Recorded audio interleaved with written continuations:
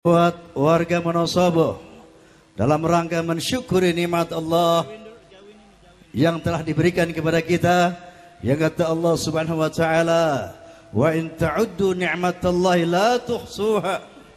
Kalau kita mau hitung nikmat Allah, saking banyaknya nggak bisa terhitung, betul? Betul. Oleh karena itu, sebagai implementasi syukur kita kehadirat Allah Subhanahu wa taala, yuk tingkatkan iman dan takwa. Amin.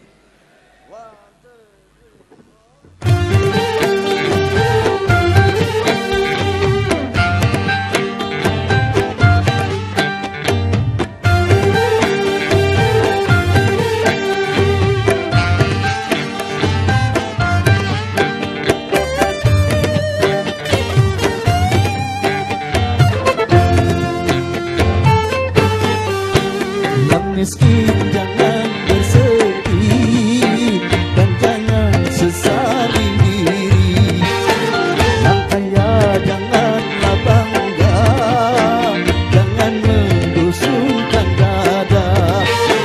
Derajat manusia di sisi Tuhannya bukan karena hartanya. Derajat manusia di sisi Tuhannya hanya karena takwanya. Dari itu bertakwalah dalam hidup yang berpunya. Dari itu bertakwalah dalam hidup yang tak punya.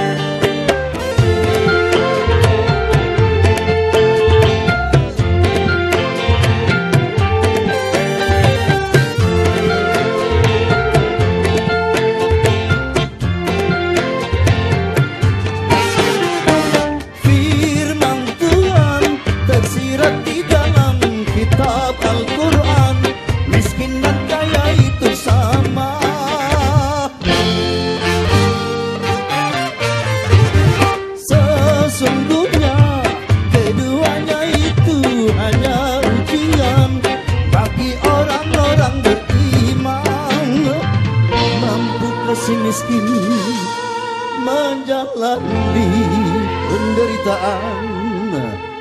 Berimankah dia di dalam kekurangan?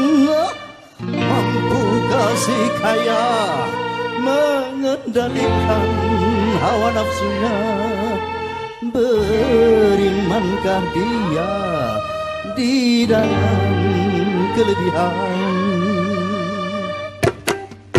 Yang miskin jangan